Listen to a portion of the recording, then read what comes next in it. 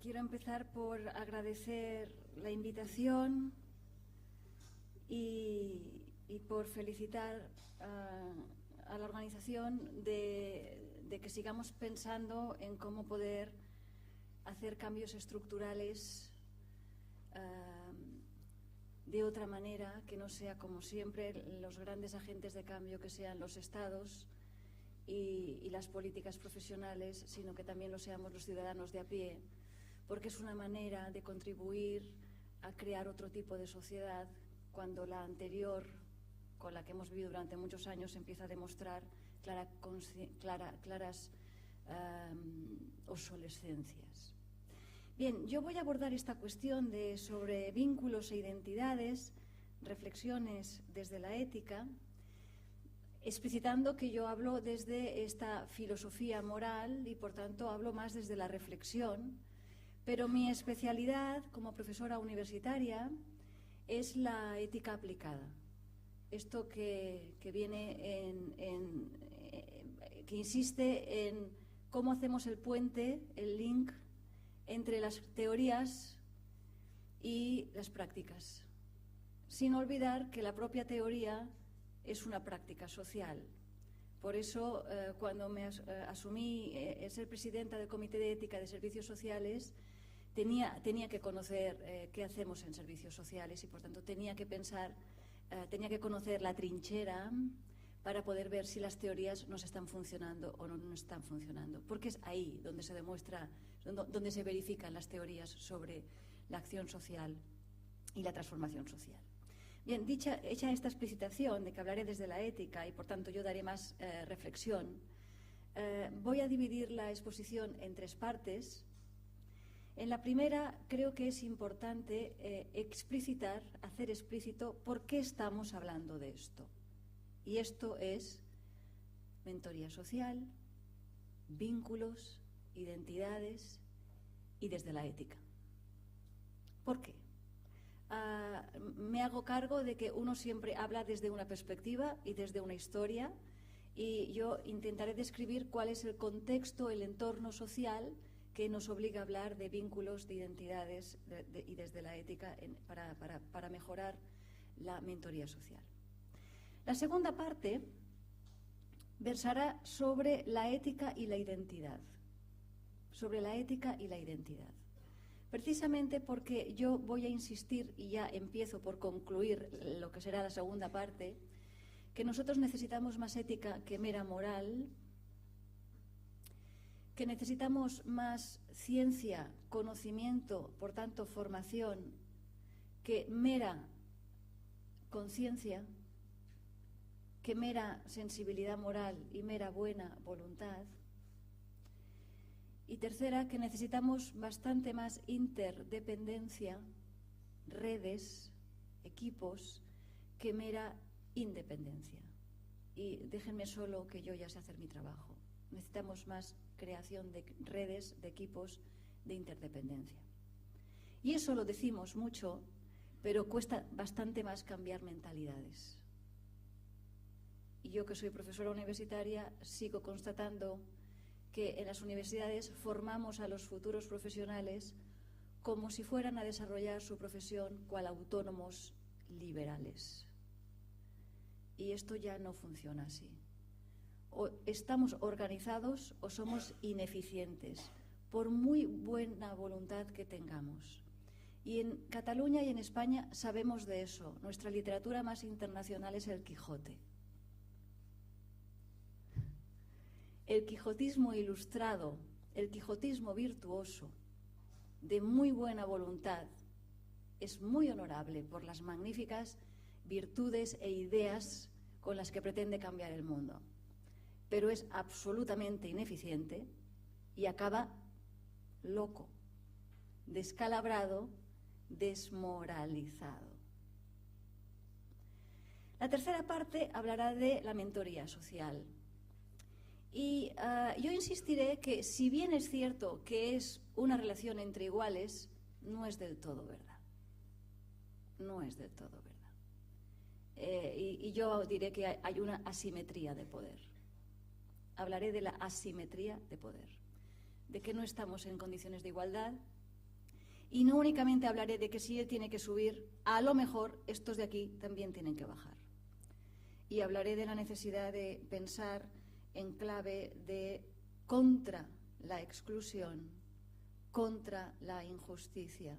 Y por tanto me hago eco de todas las políticas de reconocimiento y todas las reflexiones que sobre el reconocimiento y la justicia global se están haciendo desde la academia en la filosofía contemporánea, ¿no? Cómo reconocer la diferencia, cómo no hacer una política de justicia que reivindica el civismo, pero acaba siendo de cinismo, cómo respetamos la diferencia, pero no hacemos una enmienda a la totalidad de las causas estructurales que generan esa injusticia, como son fundamentalmente causas económicas y por tanto capitalistas. Y claro, los de filosofía hace mucho tiempo que sabíamos que las tesis, sin que eso signifique que nadie se preocupe, volver a recuperar lo del muro del 89 que estamos celebrando ahora que cayó y demás, pero habrá que desempolvar algo del señor Carlos Marx, no tanto por el marxismo, sino por las reflexiones sobre las insuficiencias que el capitalismo ya preveíamos que tendría y que se están demostrando ahora con un gran aumento de la pobreza y con un grave riesgo de que nos vuelvan tiempos totalitarios que Hannah Arendt ya nos discutía de ojo, cuidado, que no vuelva a haber un Auschwitz. Y en Europa esas cosas tenemos que pensarlas también en clave de mentoría social, porque hacemos sociedad y no hacemos políticas asistencialistas. Vamos a empezar por la primera parte. Perdonen que voy a dirigirme a los traductores, traductoras. Les estoy poniendo muy difícil el trabajo, van siguiéndome bien el ritmo. Es que yo tengo tendencia a hablar muy rápido. ¿Qué cuentan? ¿Bien? Gracias. ¿Por qué estamos hablando de esto? De vínculos, de identidades, de reflexiones desde la ética. Miren, estamos hablando de esto, primera, porque todos somos conscientes del civismo, todos somos conscientes de la Declaración Universal de los Derechos del Hombre y del Ciudadano, todos somos conscientes de la solidaridad, pero también somos conscientes de la falta de garantías de esas declaraciones constitucionales cargadas de justificación y de legitimidad. Yo creo en la ilustración, pero también veo el fracaso de una ilustración, no porque fracasaran los ideales, sino porque fracasaron las estructuras que hicieron que funcionaran bien. Nos quedamos con las palabras, pero no fuimos capaces del todo de cambiar algunas cuestiones más que meramente las palabras. Las palabras son importantes cuestiones de cosas, pero pierden credibilidad si no sirven, si no cambian las cosas. Hablamos porque tenemos problemas. Parto de una visión muy pragmatista. Pensamos porque tenemos problemas. Y los problemas que hoy tenemos son problemas de distribución muy, muy desigual de las oportunidades. Y eso evidentemente tiene que ver con libertades, con igualdades, con valores. Estamos hablando de esto porque estamos en un periodo desde el 2007-2008 de gran crisis, evidentemente no solo económica, que también, que pone en jaque, a prueba la capacidad de los Estados-nación y de las políticas como hasta ahora las habíamos pensado, al menos después de la Segunda Guerra Mundial, por ineficiencia. Y hay un grave peligro de decir no sirve, por tanto lo echamos por la borda y volvemos a aquello que intentamos superar, que era Thomas Hobbes. El hombre es un lobo para el hombre. Como ven, mis referentes son de filosofía. Estamos hablando de esto, por tanto, porque tenemos gran conciencia de civismo, pero también de impotencia. Y eso es el peligro del cinismo. Bueno, está muy bien que hablen de estas cosas, que nos llenemos de discursos, nosotros legitimadores, que tengamos las conciencias tranquilas, pero esto no está contribuyendo a cambiar la realidad y, por tanto, a solucionar los problemas. Hay que volver a recuperar las bases, los fundamentos, lo esencial. Estamos hablando de esto, además, porque la nuestra es una sociedad hipertecnificada. Hashtags y estas cosas, ¿no? Y esto está muy bien. Está muy bien. En 50 años solamente la salud y la medicina ha cambiado más que en toda su historia. Pero también ha tenido efectos devastadores, como mejores técnicas para la guerra y mejores flujos no de personas, sino de capitales. Y no de capitales de estados, sino de otros capitales, que son los capitales, los fundamentales. Y eso ha generado muchísima exclusión, muchísima pobreza. Y he aquí que nosotros vamos intentando parchear, poner como pequeños parches, pequeñas suturas de las roturas sociales que nos está generando una sociedad hipertecnificada que no nos trajo la liberación del trabajo, no nos trajo la liberación de esclavitudes, sino que nos sometió a otras, Y el concepto de progreso quedó en la innovación y la innovatitis, itis en el sentido despectivo de la palabra, que todo lo nuevo es lo mejor, y no necesariamente es así. El verdadero progreso lo es en causas emancipatorias, es en liberarnos de ignorancia, liberarnos de sumisiones y, por tanto, de pobrezas, de guerras y de exclusión. Y en esto no estamos dando la talla. Pero además es una sociedad acelerada, vertiginosamente cambiante. Y entonces no nos da tiempo, literalmente tiempo, a pensar lo que hay que hacer. Y no nos da tiempo a evaluar lo que hacemos porque hay que ponerse a hacer otra cosa porque estamos en un estrés continuo. Es interesante ver cómo en el mundo griego el trabajo, ellos consideraban correcta la esclavitud porque el ocio era la condición de posibilidad para ser humano. El negocio negaba el ocio necesario para formarse y participar en la ciudadanía y ser dignamente humano. Y por tanto ellos veían mal el trabajo. Bueno, pues ahora lo que es un lujo es tener trabajo. ¿Cómo han cambiado las cosas? Porque ahora el ocio es obligado y es un trabajo forzado el dedicarse a buscar trabajo que no hay. La aceleración de los cambios hace que el pensamiento no siempre esté guiando a la acción y la acción no siempre esté siendo evaluada desde planificación, anticipación y criterios compartidos de por qué esto es lo que consideramos que es lo que hay que hacer, y eso significaría acabar bien. ¿Desde dónde decimos que acaba bien? ¿Desde que lo hicimos? No. No hacemos por hacer, hacemos para transformar. ¿Cuáles son las transformaciones que provocamos desde las ideas? Como pueden imaginar, un filósofo nunca podrá defender que las teorías no sirven para nada. Estoy diciendo que las teorías son la condición necesaria, pero que su validez se contrasta en el cambio de prácticas y en el cambio de las estructuras. Por eso agradezco que empecemos con la filosofía esta jornada. Esta sociedad acelerada genera muchísima desorientación. ¿Por qué? Porque nos damos cuenta de la obsolescencia de determinadas maneras, programas de abordaje de las problemáticas, la obsolescencia de esto ya no sirve, y todavía no tenemos el nuevo sistema de funcionamiento, las nuevas organizaciones, las nuevas teorías. Por decirlo de otra manera, cuando ya no sabíamos las respuestas, nos cambiaron las preguntas. Y como decían los hippies del 68, si no sabes a dónde vas, acabas en otra parte, a quien nadie quería ir.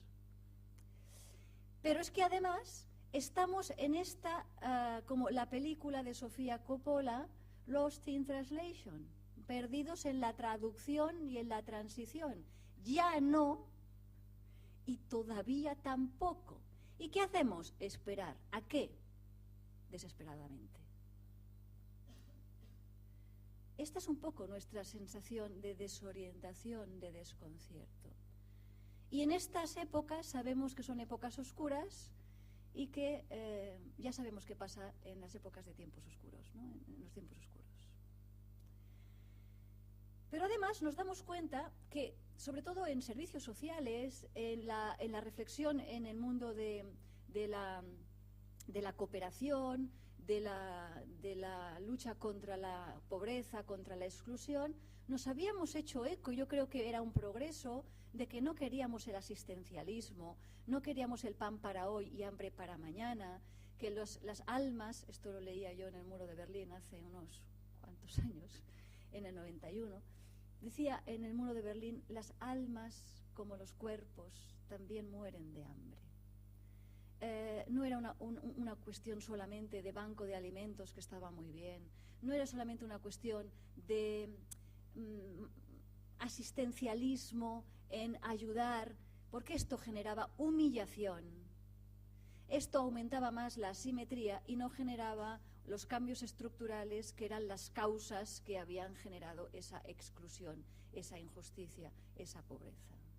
Y esa humillación era lo que habíamos aprendido, que teníamos que hacerlo de otra manera. La mentoría se hace eco de otra manera de abordar la vulnerabilidad, la fragilidad. Pero ¿saben qué pasó? Que volvemos a esto. Estamos volviendo porque hace falta volver a dar alimentos, hace falta volver a dar becas de comedores a los niños, volvemos a los telemaratones y sobre todo ahora que llega la Navidad, a los festivales benéficos. Ostras, no sé yo si habíamos progresado tanto en esta conciencia de que así no. Pero claro, hay las problemáticas que hay, ¿eh? Y por último, en esta primera parte, quisiera abordar también una cuestión especialmente importante. Nos estamos haciendo eco que seguimos siendo deudores, estamos en deuda, y hay que superarla, con una antropología muy jovesiana. No del hombre contra el hombre, ahora el hombre por el hombre, pero el hombre, individuo. Pero resulta que esta antropología había creado una ontología social, la célula individuo, muy nietzscheano, yo puedo. Bueno, ahora son nosotros podemos, parece ser. Hemos cambiado la ontología social, hemos cambiado que es no un individuo, sino que esto implicaba una sociedad que era una sociedad que iba en contra de la fragilidad, de la vulnerabilidad, y había creado el paradigma del hombre que se hace a sí mismo. Hombre, varón, blanco. El self-made man, ¿no? Y entonces vienen todos los nuevos movimientos sociales y dicen, bueno, a lo mejor también el self-made woman, vale, también.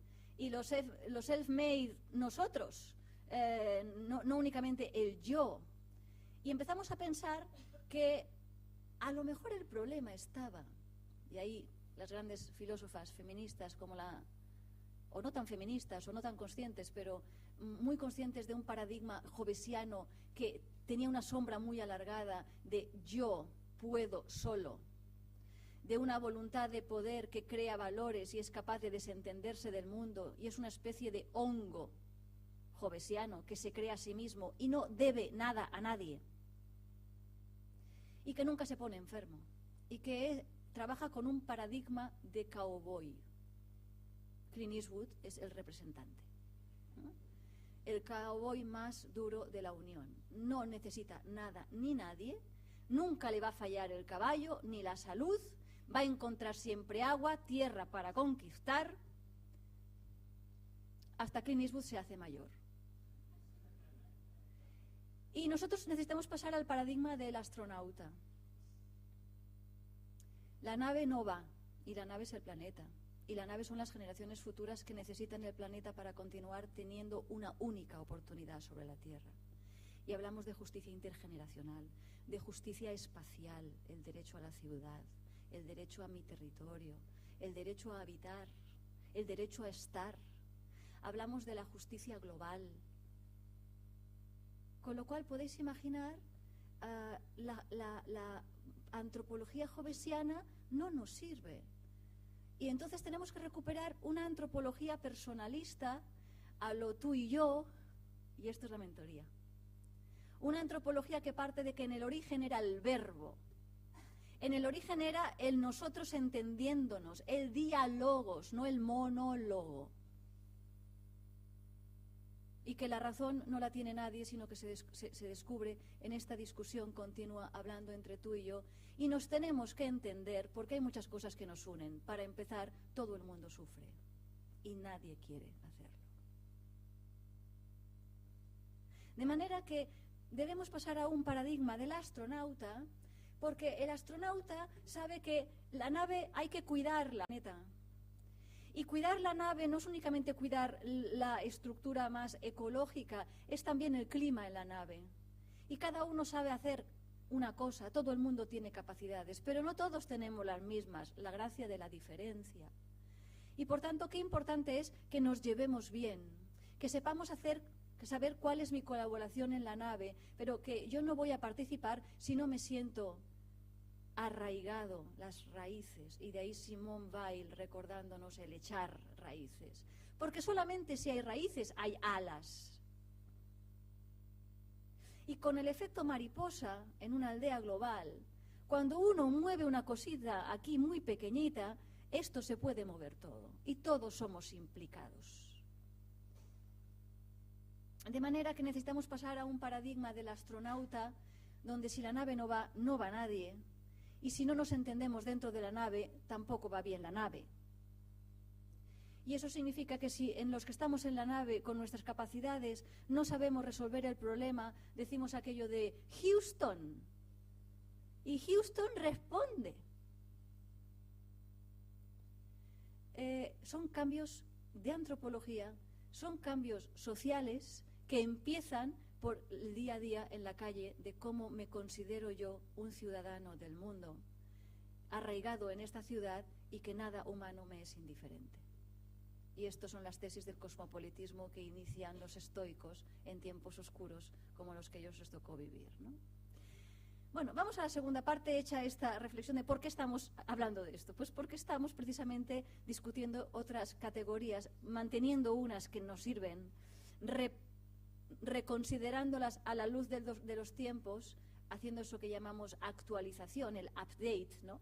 Para que estén al día en el vocabulario y en los programas. Cuando abandonamos las que nos quedan obsoletas porque ya no sirven, cuando las abandonamos porque descubrimos que generaban humillación sin ser nosotros conscientes, y cuáles son las nuevas que no exploramos y que tienen muchísima posibilidad. Y me parecía que la mentoría social era una manera muy buena de generar participación, reconocimiento y trabajar el tema de la redistribución de tiempos y de esfuerzos y también, por supuesto, de dinero. Vamos a la segunda parte, a la distinción entre ética y moral y a la distinción entre cuatro éticas. A mí me parece muy importante volver a recuperar esto que anunciaba al principio de esta conversación. Bueno, que no es conversación, es monólogo, pero me hubiese gustado que fuera conversación. Necesitamos más ética que mera moral. Más ciencia que mera conciencia. Estamos en la sociedad del conocimiento, pero también más interdependencia que independencia. Necesitamos transferencia del conocimiento y reivindicar que la dependencia, la fragilidad, la vulnerabilidad no son condiciones vergonzosas, esporádicas, anecdóticas, son constitutivamente humanas. Y por tanto no es ninguna condición humillante que una persona necesite a otra y que nos necesitemos mutuamente. De manera que necesitamos más ética que mera moral. ¿Por qué?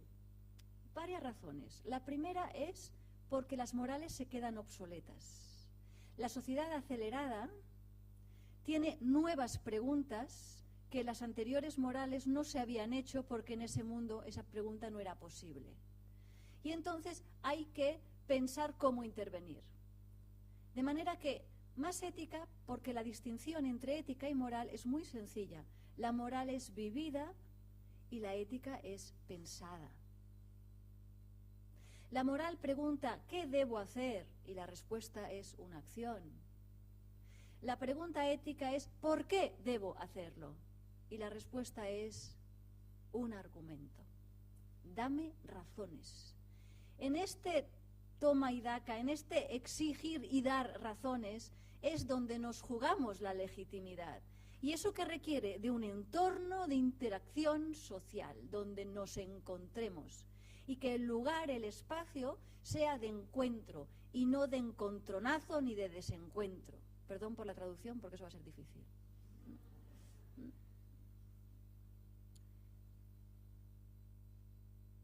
Es importante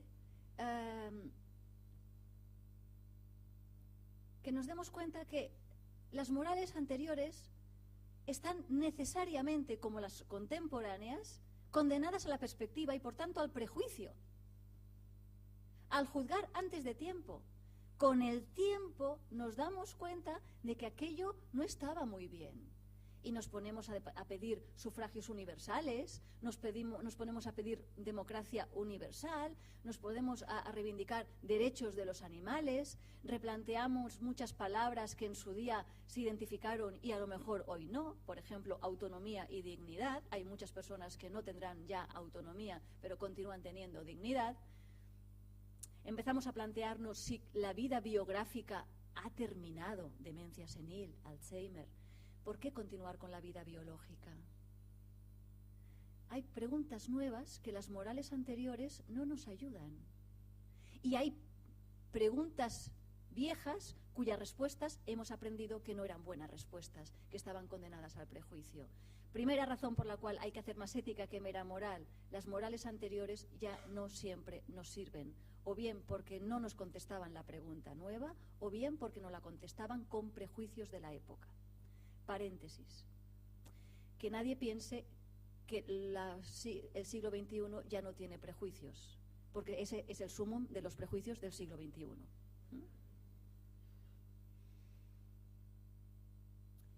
Pero necesitamos también más ética que mera moral, porque la nuestra es una sociedad multicultural, inclusiva. Quiere ser multicultural e inclusiva. Quiere que haya heterogeneidad social, no quiere homogeneidad social. O tampoco quiere una especie de multiculturalismo donde, y ahora los sociólogos han hecho aquí magníficas metáforas sobre cómo gestionar la diversidad social, la heterogeneidad y por tanto el conflicto inevitable. A mí me gusta la frase del general Patton cuando decía, en un entorno moralmente plural, él no lo decía así, evidentemente era general, en un entorno con muchísimas profesionales, en un entorno donde mucha gente piensa de distinta manera, cuando todo el mundo piensa igual, es que alguien no piensa. Me parece interesante esa reflexión, ¿no? Por tanto, el conflicto es inevitable. Bueno, pues si vivimos en una sociedad multicultural, plural, y hemos descubierto que eso no es malo, no es algo a lo que nos tengamos que resignar, sino que es bueno y se debería defender porque es el síntoma de libertad de pensamiento y por tanto de pensamiento, tenemos que pensar mucho mejor cómo gestionar ese conflicto. Y hay formas de gestionar el multiculturalismo que lo que quieren evitar es el conflicto. Y hacen cosas muy extrañas. Y hago las metáforas que los sociólogos le han puesto a gestiones extrañas del multiculturalismo. Hay unos que hacen lo que llamamos la Macedonia. La Macedonia es el cúmulo de frutas en trocitos pequeños, como el Imperio Macedónico de Alejandro el Grande, Magno. Tenemos un plato con distintas frutas, de manera que esto es en un magma, en un caldo que no es de nadie, que es un poco de melocotón, un poco de piña, un poco de tal, flota la banana, flota la piña, tal. De manera que si a uno no le gusta la banana, hace así, ¡pam!, y la banana sale. Todo el mundo está, pero no es bien un vínculo. Cada uno mantiene su ontología individual. Yo soy piña y tú plátano y mantente. Pero hay otros que lo que hacen es coger una batidora y pasar la batidora, y aquello es un magma donde nadie se reconoce. Eso sí, estamos muy unidos, pero la batidora no la decidimos nosotros, de manera que allí nadie se reconoce. Bueno, evidentemente, la complejidad y las dificultades del multiculturalismo obligan a pensar en otras formas de atender la diferencia, atender la diversidad, pero necesitamos criterios compartidos para no caer en la pendiente de resbaladiza del todo vale y por tanto nada vale. Y esto es un reto filosóficamente interesantísimo, que en la trinchera, en la vida cotidiana, en la calle, no es tan difícil, porque lo que contaba era querer entenderse. Pero entonces tengo que ser muy consciente de mis prejuicios, tengo que desarrollar una actitud muy socrática de humildad. Y en vez de humillación y asimilación, humildad y interpares y contra, no me gusta mucho esa palabra, entre partes, ¿no? El contra es que es muy contra. Pues bien, necesitamos más ética que mera moral porque se nos quedan obsoletas, porque no nos contestan a nuevas preguntas, porque el multiculturalismo es algo que tenemos que saber gestionar mejor, y porque hemos descubierto que esas éticas y esas morales anteriores trabajaban con un concepto excesivamente basado en la felicidad, en la calidad de vida. Y muchas veces identificaban con exceso felicidad con justicia, calidad de vida con justicia. Y es aquí donde a lo mejor tenemos que empezar a hacer distinciones. Por eso el filósofo liberal, pero gran filósofo, John Rawls, cuando él habla de la teoría de la justicia, una teoría de la justicia, en 1971, reivindica que el problema de la ética ya no es tanto la buena vida, la ataraxia, la eudaimonía, sino que el tema de nuestro tiempo debe ser la justicia. Y entonces es cuando aparecen John Rawls, una teoría de la justicia, Martha Nussbaum, las fronteras de la justicia, Nancy Fraser, las escalas de la justicia, Thomas Pogge, justicia global, Michael Walzer, esferas de la justicia. Bueno, como ven, les pongo nombres de gente que estamos pensando en que hoy el tema de nuestro tiempo es la justicia. Y cada uno tiene que hacer lo que mejor sabe hacer. Y la justicia necesita, por un lado, reflexión crítico-racional, ¿por qué argumentos? Y esta es la función de los intelectuales, entiendo yo. Pero luego está, si esto sirve, si esto al final se pone en marcha cada uno en su vida cotidiana, y en qué tipo de servicios sociales, en qué tipo de asociaciones cívicas generamos que se hace eco de aquello, ¿no? Y por eso nos tenemos que encontrar todos, ¿no? Voy a distinguir no únicamente entre ética y moral, sino que voy a distinguir 4 éticas: la ética personal, la ética cívica, la ética profesional y la ética de la organización. No se tienen que distinguir porque sean distintos los sujetos. El agente moral, la persona que toma decisiones y lleva a cabo acciones y se hace cargo, rinde cuentas y carga con la realidad de las consecuencias que su acción generó, es siempre el mismo. Pero el contexto, las circunstancias y los criterios, pautas, valores fundamentales, desde donde decidimos si esto es correcto o no, sí que van cambiando. Por tanto, mi propuesta en la distinción no es la escisión, es la jerarquización según los contextos, por aquello de yo soy yo y mis circunstancias. de que siempre pensamos en un contexto y pensamos porque tenemos los problemas que tienen las personas en esos contextos. Por tanto, la primera ética para mí fundamental, jerárquicamente superior, es esto que venimos en llamar la ética cívica, la ética para cualquier ciudadano, cualquier persona, cualquier lugar, en cualquier momento.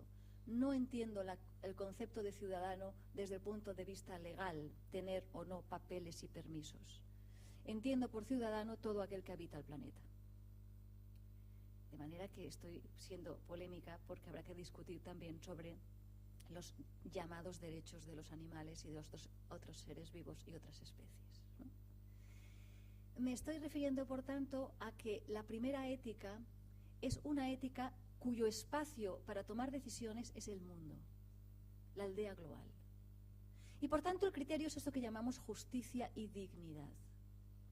Y entonces aquí los criterios son tan sencillos como la participación de los afectados, su reconocimiento como parte y por tanto que han de participar, redistribuirles las voces y los votos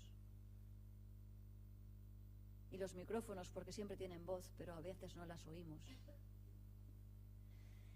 Aquí las preguntas fundamentales de la ética cívica mundial, global, la profesora Adela Cortina, una buena profesora de filosofía de aquí de España, de Valencia en concreto, ella le llamó ética mínima, porque hablaba del mínimo decente.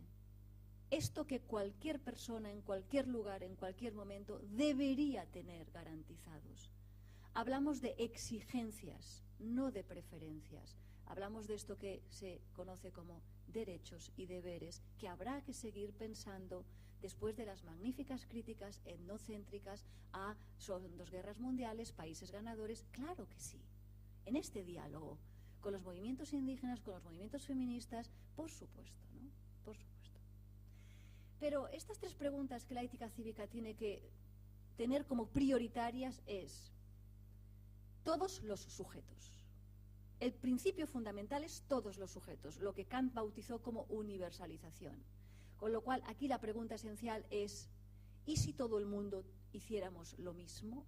Y aquí aparece el nosotros, como primera persona del plural, que es plural y por tanto compleja, diversa, variada, pero la legitimidad de mi intervención es ¿y si todo el mundo pudiera quererlo? Y si la respuesta es no, lo dijo muy bien Jean-Paul Sartre, usted se contradice, declara que algo es bueno, lo quiere para usted, y al mismo tiempo no bueno para el resto de personas. Eso es ser una persona de mala fe. Un cínico. Paréntesis, con todas las deferencias a la secta de los cínicos, que es la secta del perro, porque cínico significa quino, que es griego, perro, y son unos magníficos filósofos estoicos de 3 a.C. Con lo cual hay que pensar también los orígenes de las palabras, en qué me han convertido a la magnífica secta de Diógenes, que tampoco está bien lo del síndrome de Diógenes, pero bueno, ahora no me da tiempo. El tema es interesante. La ética cívica, la ética mundial, una sociedad decente. Tenemos que pensarla, tenemos que pensarla. Primer criterio, la universalización. El principio, todos los sujetos.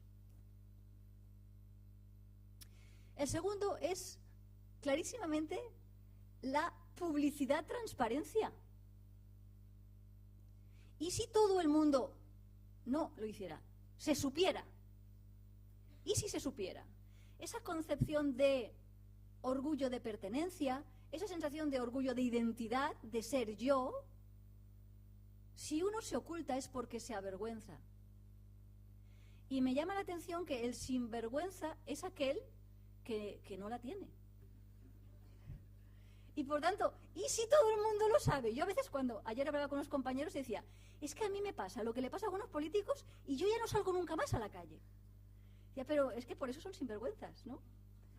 Entonces, porque no tienen ningún problema de, ¿y si todo el mundo lo supiera? Da igual. Ya se les olvidará. Y a lo mejor es verdad, porque seguimos votando lo mismo. El caso es que es interesante ver cómo el criterio de transparencia, publicidad, que se presente en público, ¿no? Lo que pasa, claro, cuando el cinismo es que hasta el impresentable se presenta en su impresentabilidad públicamente, esto es de locos. Y sí que te entran ganas de irte con Don Quijote, pero a otro mundo, ¿no? Y no, porque solo tenemos este. Y nuestro deber no es simplemente una crítica negativa, destructiva, es el deber de, precisamente, la criticamos para cambiarla. Precisamente para cambiarla. Y la tercera pregunta es la de la reciprocidad. No únicamente la de la solidaridad, más allá la de la fraternidad. A mí me gusta la tercera que cayó de la tríada francesa. Igualdad, libertad, fraternidad. Más que solidaridad, que me lo han convertido en una cosa de telemaratones, ¿no?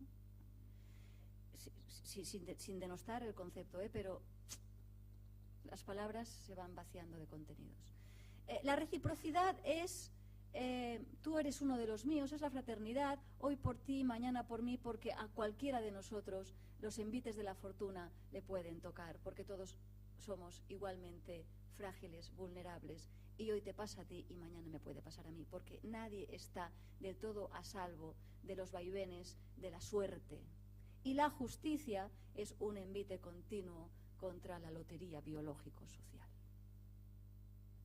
La justicia de un país es inversamente proporcional a la incidencia en él de la mala suerte. Se lo dejo pensar.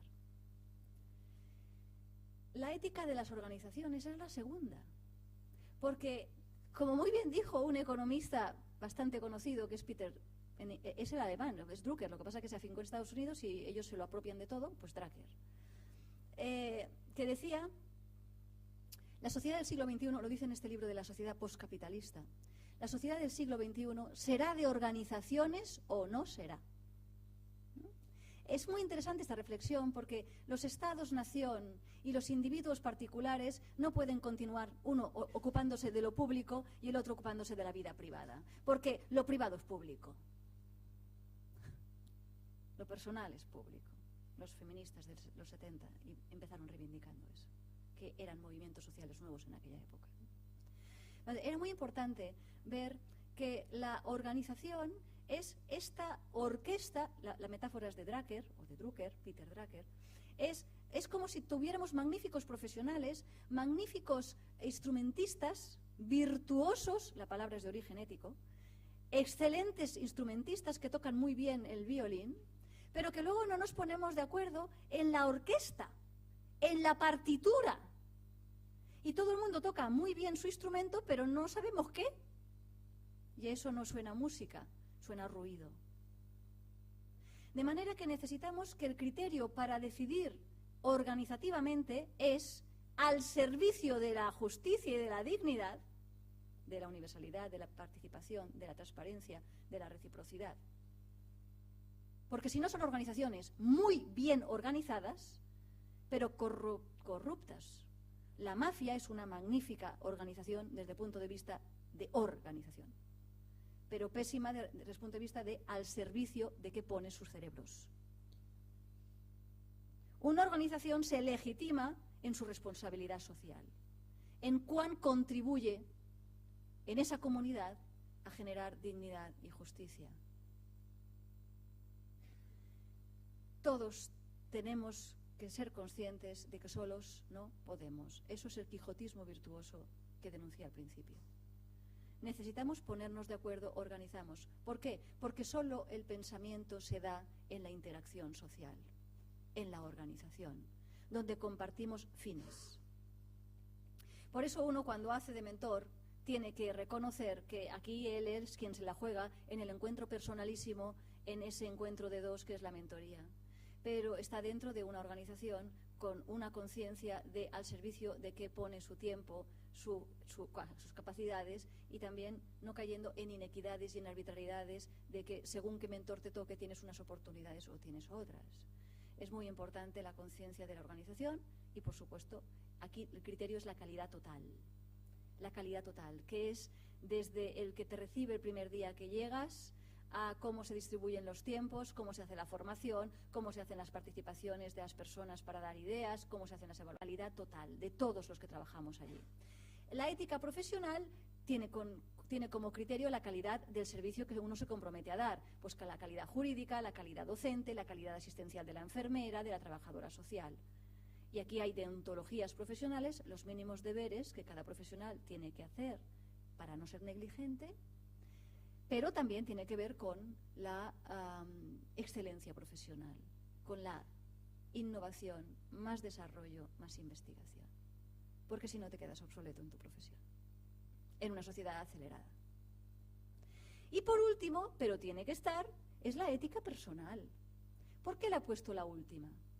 Porque la ética personal aquí no la concibo como separada de la justicia, por supuesto que no. Pero hay morales personales cuya reflexión está basada en la calidad de vida, en la felicidad, en la vida buena, y aquí es donde viene la crítica. Cuando un concepto de calidad de vida, de felicidad, de vida buena, va contra la justicia y la dignidad, no es digna de estar en el espacio público. La vida buena, la felicidad, la calidad de vida se dicen de muchas maneras. Y esto no es nuevo, esto es Aristóteles, del siglo IV a.C. El bien se dice de muchas maneras. No nos vamos a poner de acuerdo en la felicidad. ¿Qué significa esto? Cada uno la concibe de una determinada manera. La felicidad cambia mucho a lo largo de la vida de un individuo. Cambia también más entre individuos y con frecuencia no tenemos ni la más remota idea de lo que es. Todo el mundo la quiere, pero no sabemos muy bien siempre qué es.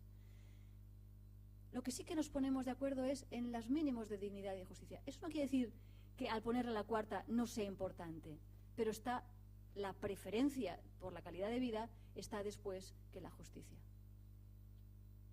Lo digo porque habrá veces en que uno se ha comprometido con su voluntariado de mentoría social y habrá veces en que pues el entusiasmo, las ganas, las tentaciones serán mayores o menores.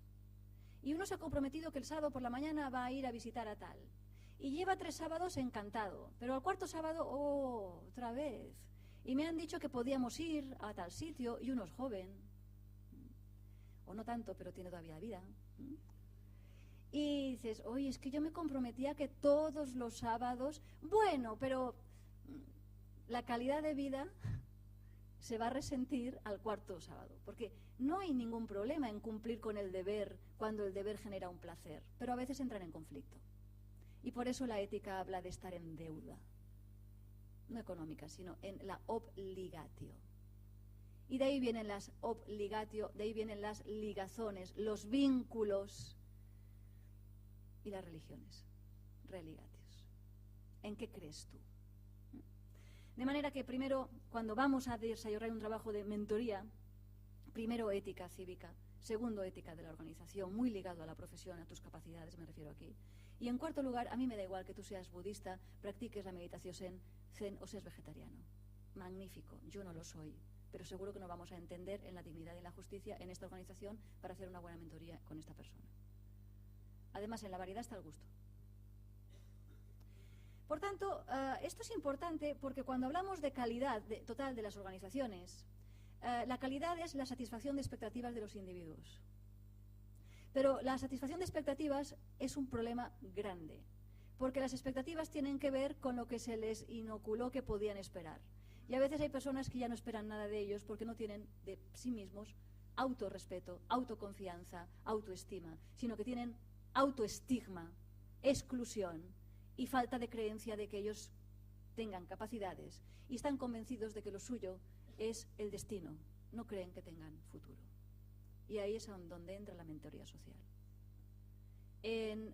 Precisamente en crear vínculos, crear identidades, crear capacidades y estabilizar, porque alguien te reconoce como digno y como un igual a mí. Vamos, por tanto, a la tercera parte sobre la mentoría social contra la exclusión y la pobreza. Y voy a dar criterios muy concretos para que sigamos pensando, porque esta era mi idea, seguir pensando. Se trata en la mentoría social, primero de todo, de crear identidades. Y la palabra ethos, del griego, significa, igual que mos mores en latín, hábito, costumbre, manera de hacer. Pero la etimología de ethos, más profundizando en las raíces, significa carácter. Y el carácter es aquella manera de ser, valga la redundancia, que me caracteriza. Y yo no me autoconstruyo. Y si lo hago es como un hongo jovesiano, y ya he hablado bastante mal de él. Toda persona crea su identidad a partir de sus relaciones. Somos individuos en relación. Individuo, lo dijo muy bien Nietzsche, no se puede dividir en bio, psico, social, espiritual. Bio se encarga el médico, psico el psicólogo, social no sabemos muy bien quién, los voluntariados, y espiritual tampoco sabemos muy bien quién porque está en vías de extinción, parece ser. Entonces descubrimos el valor de las cosas cuando las estamos perdiendo. La persona es una individuo biopsicosocial espiritual, es una unidad narrativa de vida, necesita historia, y la historia es explicarme mi relato, explicármelo porque me han dotado de un lenguaje, y el lenguaje ya me permite poner como sujeto de mi historia yo, y no las estructuras coyunturales que me impiden tener mi propia historia de pasado, presente y futuro. Yo tengo un destino. Y yo soy un objeto, una mercancía, porque no tengo identidad, porque no tengo papeles, porque no tengo sitio, porque no tengo raíces y por tanto no tengo alas. Es fundamental no olvidar que lo primero que tenemos que hacer desde un punto de vista de la mentoría social es políticas de reconocimiento, de reconocernos mutuamente y por tanto de crear un espacio de interacción social, de tú y yo. Y por tanto creamos al crear ese espacio, que solamente es posible si creemos en esta antropología social, en esta ontología social de que en el inicio era el verbo y por tanto el nosotros. Las primeras personas son el nosotros, no el yo. Por eso nosotros, ética cívica, nosotros, ética de la organización, yo, profesional, yo, personal, son la tercera y la cuarta, no son la primera. Necesitamos crear esos entornos, creérnoslos y crear estabilidad. Cuando hay una emergencia o una urgencia hay que garantizar la intendencia. Esa persona hoy no tiene dónde comer, esa persona hoy no tiene qué comer ni dónde. Esa persona no tiene nadie que le reconozca, no tiene nadie que se haga cargo de su problemática. Estabilizar. Lo primero, urgente, estabilizar. Una mentoría social que vaya al lado del que sufre y diga, yo también, pues sí que está muy bien. A ver, que está muy bien, ¿eh? La compasión, la empatía, la simpatía, pero no estamos para que nos pongamos a llorar los dos. Estamos para que nos pongamos a combatir las causas de la injusticia juntos. Estamos para cambiar las cosas, no para mal de muchos, consuelo de tontos. Por eso hay asimetría en la relación de mentoría. Porque yo tengo mejores condiciones, como mínimo, sociales y psicológicas, y voluntariamente he ido a hacer de mentor. Tú no estás voluntariamente donde estás. No es porque se te obligue a hacer mentoría, pero sí la situación que te hace estar en mentoría. Estabilidad.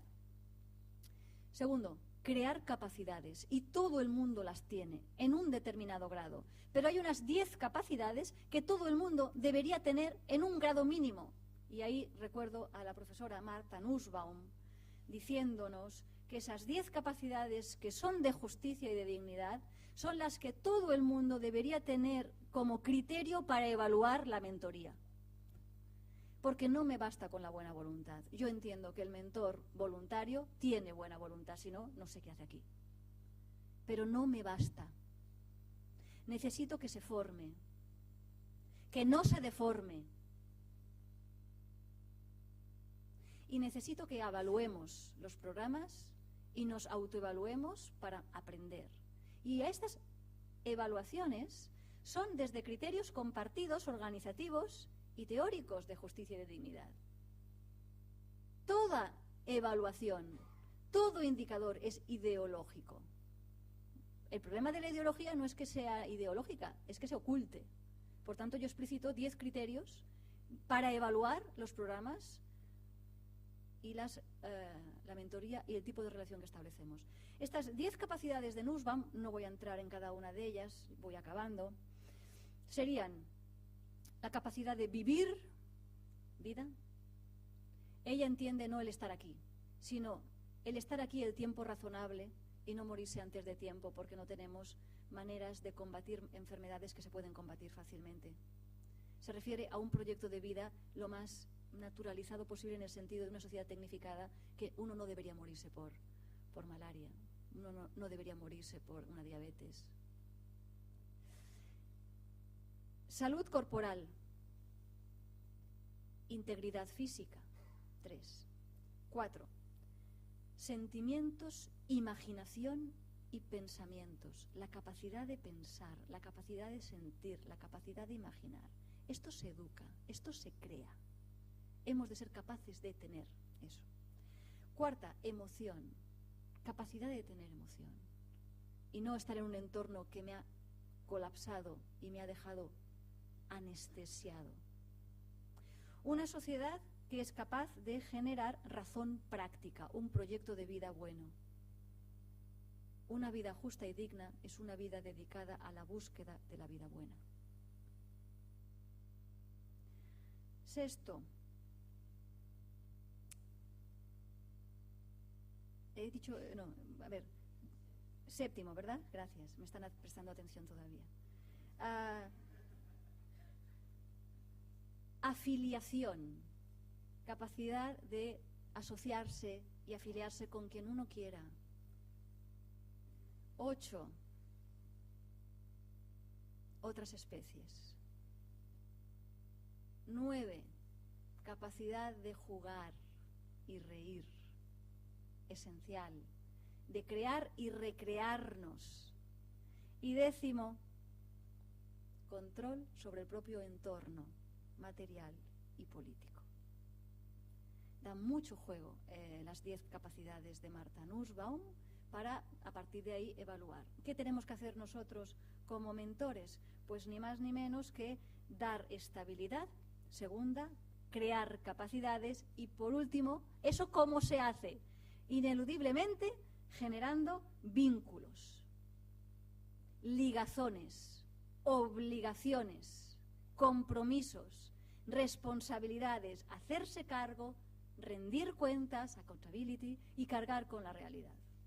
Y eso significa que sea una relación que tenga en cuenta el reconocimiento. Nos reconocemos mutuamente como iguales en dignidad y de justicia y diferentes en nuestros proyectos de vida. Eso significa políticas de participación en los espacios de interacción social en condiciones de igualdad y, por supuesto, implica redistribuir espacios, energías, tiempos y dineros. Es una simetría de poder que tenderá a desaparecer si hacemos una buena progresión, pero empieza con una simetría de poder. El objetivo es que desaparezca, pero empieza con una simetría. ¿Por qué? Porque uno va voluntariamente a alguien que está allá, es verdad, voluntariamente en la mentoría, pero no en el estado por el cual está en la mentoría. Eso es como una muy buena metáfora que puso Zygmunt Bauman cuando compara al turista con el inmigrante. Ambos viajan. Ahí se acaba la similitud. Uno, cuando tiene problemas, saca la visa y el otro tiene problemas porque no tiene ni visa ni visado. Uno viaja porque quiere, cuando quiere, y sale y entra como quiere. Y el otro no siempre quiere viajar, no le dejan y está obligado a hacerlo. Esas son las asimetrías de nuestro cambio, del cambio estructural que tenemos que hacer. ¿Eso qué significa? Pues que sepamos la complejidad de la mentoría. No me basta con la buena voluntad. tengo que tener yo capacidades de eso que se llama escucha atenta. A mí la duplicidad de las palabras no me gusta mucho. ¿Qué tipo de